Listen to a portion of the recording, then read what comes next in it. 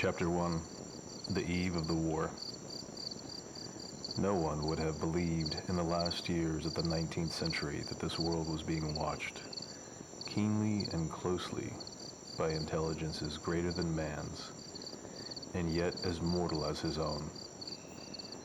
That as men busied themselves about their various concerns, they were scrutinized and studied, perhaps almost as narrowly as a man with a microscope might scrutinize a transient creature that swarm and multiply in a drop of water. With infinite complacency, men went to and fro over the globe about their little affairs, serene in their assurance of their empire over matter. It is possible that the infusoria under the microscope do the same. No one gave a thought to the older worlds of space as sources of human danger, or thought of them only to dismiss the idea of life upon them as impossible or improbable.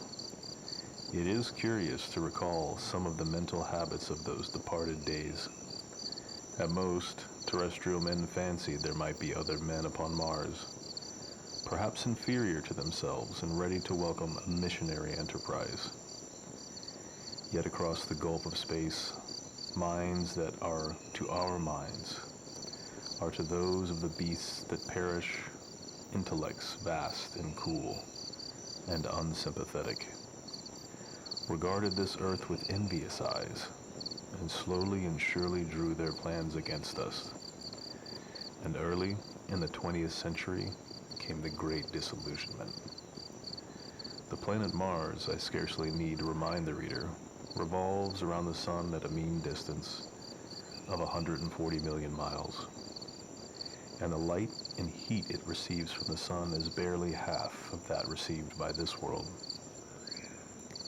It must be, if the nebular hypothesis has any truth, older than our world, and long before this earth ceased to be molten, life upon its surface must have begun its course.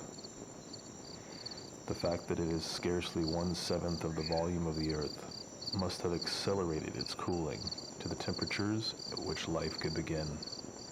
It has air and water and all that is necessary for the support of animated existence.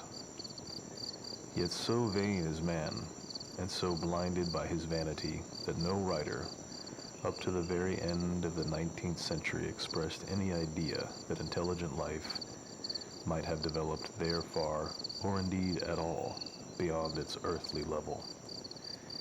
Nor was it generally understood that since Mars is older than our Earth, with scarcely a quarter of the superficial area and remoter from the sun, it necessarily follows that it is not only more distant from time beginning, but nearer to its end. The secular cooling that must someday overtake our planet has already gone far indeed with our neighbor. Its physical condition is still largely a mystery, but we know now that even in its equatorial region, the midday temperature barely approaches that of our coldest winter. Its air is much more attenuated than ours. Its oceans have shrunk until they cover but 1/3 of its surface, and as its slow seasons change, huge snowcaps gather and melt about either pole, and periodically inundate its temperate zones. That last stage of exhaustion, which to us is still incredibly remote, has become a present-day problem for the inhabitants of Mars. The immediate pressure of necessity has heightened their intellects, enlarged their powers, and hardened their hearts. And looking across space with instruments and intelligences such as we have scarcely dreamed of, they see, at its nearest distance of only 35 million miles, sunward of them, a morning star of hope, our own warmer planet, green with vegetation and gray with water, with a cloudy atmosphere of eloquent fertility, with glimpses through its drifting cloud wisps of broad stretches of populous country and narrow, navy-crowded seas. And we men, the creatures who inhabit this earth, must be to them at least as alien and lowly as are the monkeys and lemurs to us.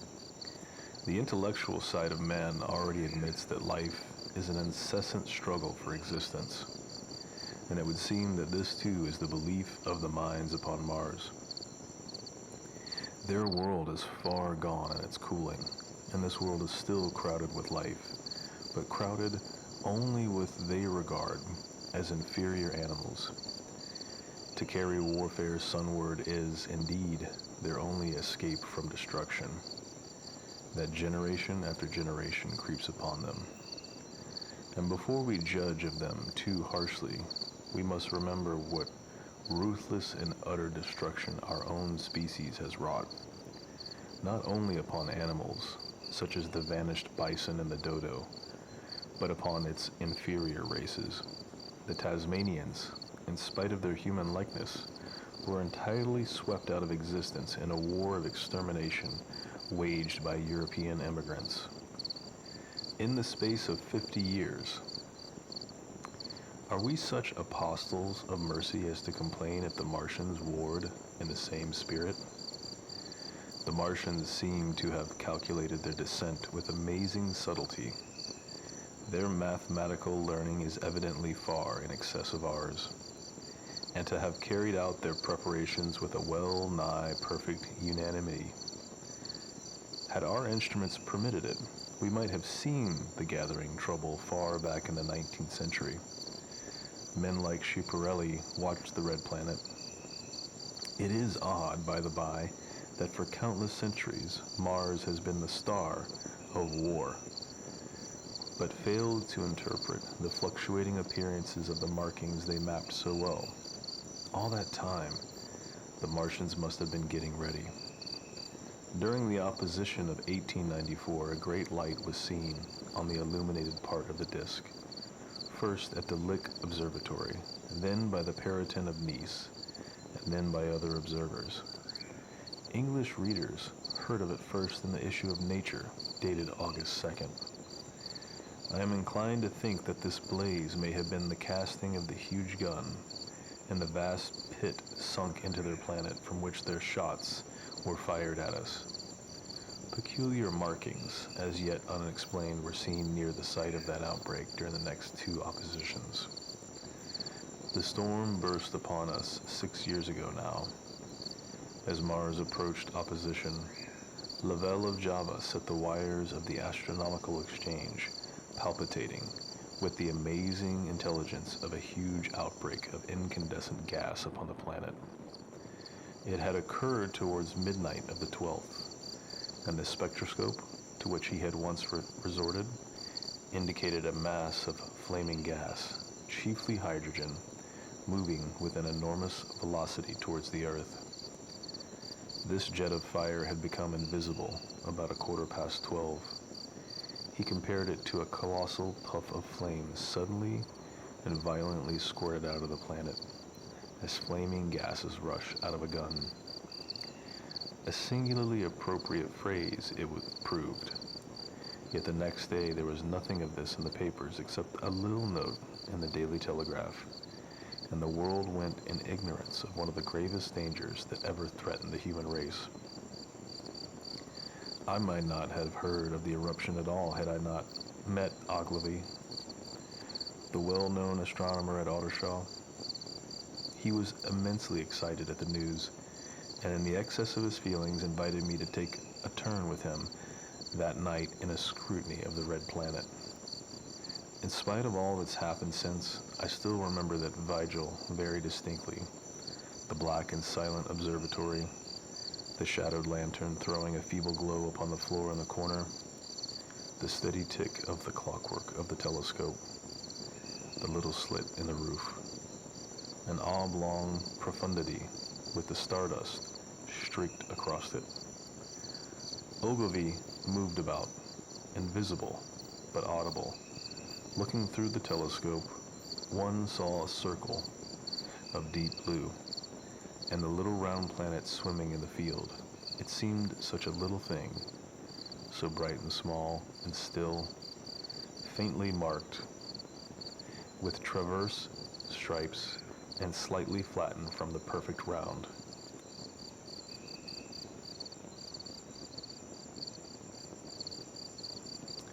But so little it was, so silvery warm, a pin's head of light.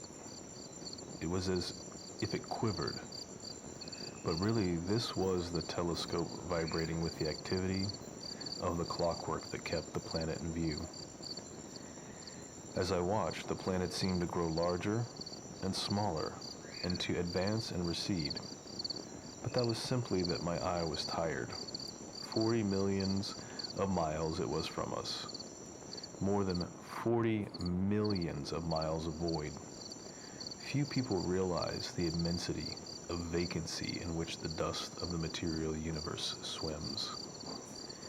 Near it in the field, I remember, were 3 faint points of light. 3 telescopic stars, infinitely remote, and all around it was the unfathomable darkness of empty space. You know how that blackness looks on a frosty starlight night. In a telescope it seems far profounder, and invisible to me because it was so remote and small, flying swiftly and steadily towards me across that incredible distance, drawing nearer every minute by so many thousands of miles, came the thing that they were sending us, the thing that was to bring so much struggle and calamity and death to the earth. I never dreamed of it then as I watched. No one on earth dreamed of that unerring missile. That night, too, there was another jetting out of gas from the distant planet. I saw it, a reddish flash at the edge, the slightest projection of the outline, just as the chronometer struck midnight. And at that, I told Ogilvy that he took my place. The night was warm and I was thirsty, and I went stretching my legs clumsily and feeling my way in the darkness to the little table where the siphon stood, while Ogilvy exclaimed at the streamer of gas that came out towards us. That night, another invisible missile started on its way to the Earth from Mars. Just a second or so under 24 hours after the first one. I remember how I sat on the table there in the blackness, with patches of green and crimson swimming before my eyes. I wish I had a light to smoke by, little suspecting the meaning of the minute gleam I had seen, and all that it would presently bring me. Ogilvy watched till 1, and then gave it up, and we lit the lantern and walked over to his house. Down below in the darkness were Ottershaw and Kirsty, and all their hundreds of people sleeping in peace. He was full of speculation that night about the condition of Mars, and scoffed at the vulgar idea of its having inhabitants who were signaling us. His idea was that meteorites might be falling in a heavy shower upon the planet, or that a huge volcanic explosion was in progress. He pointed out to me how unlikely it was that organic evolution had taken the same direction in the 2 adjacent planets. The chances against anything man-like on Mars are 1,000,000 to 1, he said. Hundreds of observers saw the flame that night, and the night after about midnight, and again the night after, and so for 10 nights, a flame each night. Why the shots ceased after the 10th one, no one on Earth has attempted to explain. It may be the gases of the firing caused the Martians inconvenience. Dense clouds of smoke or dust, visible through a powerful telescope on Earth as little gray fluctuating patches, spread through the clearness of the planet's atmosphere and obscured its more similar features. Even the daily papers woke up to the disturbances at last, and popular notes appeared here, there, and everywhere concerning the volcanoes on Mars. The Serionomic periodical Punch, I remember, made a happy use of it in the political cartoon, and all suspected those missiles the Martians had fired at us drew earthward, rushing now at a pace of many miles a second through the empty gulf of space, hour by hour, day by day, nearer and nearer. It seems to me now almost incredibly wonderful that, with the swift fate hanging over us, men could go on about their petty concerns as they did. I remember how jubilant Markham was at securing a new photograph of the planet for the illustrated paper he edited in those days. People in these latter times scarcely realize the abundance and enterprise of our 19th century papers. For my own part, I was much occupied in learning to ride the bicycle and busy upon a series of papers discussing the probable developments of moral ideas as civilization progressed. One night, the first missile then would scarcely have been 10 million miles away. I went for a walk with my wife. It was starlight, and I explained the signs of the zodiac to her and pointed out Mars, a bright dot of light creeping zenithward, towards which so many telescopes were pointed. It was a warm night. Coming home, a party of excursionists from Chertsey or Isleworth passed us singing and playing music. There were lights in the upper windows of the house as the people went to bed. From the railway station in the distance came the sound of shunting trains, ringing and rumbling, softened almost into melody by the distance. My wife pointed out to me the brightness of the red, green, and yellow signal lights hanging in a framework against the sky. It seemed so safe and tranquil.